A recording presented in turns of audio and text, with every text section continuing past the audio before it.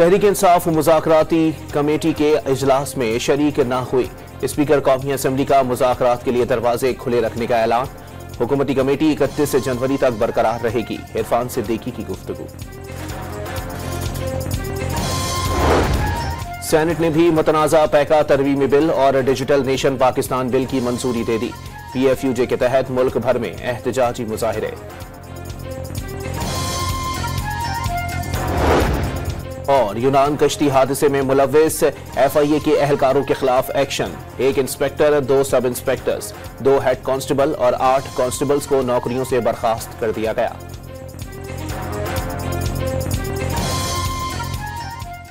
Tehreek Insaf मुज़ाकराती committee के इजलास में शरीक न हुई। स्पीकर कौमी असम्बली का मुज़ाकरात के लिए दरवाजे खुले रखने का ऐलान। हुकूमती कमेटी 31 जनवरी तक बरकरार रहेगी। इरफान सिद्दीकी की गुफ्तगू।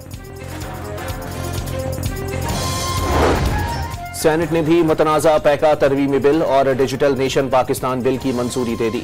PFUJ के तहत मुल्क भर में एहतजाजी मुजाहिरे। और यूनान कश्ती हादसे में मुलव्विस FIA के एहलकारों के खिलाफ एक्शन। 1 इंस्पेक्टर, 2 सब इंस्पेक्टर्स, 2 हेड कांस्टेबल और 8 कांस्टेबल्स को नौकरियों से बर्खास्त कर दिया गया।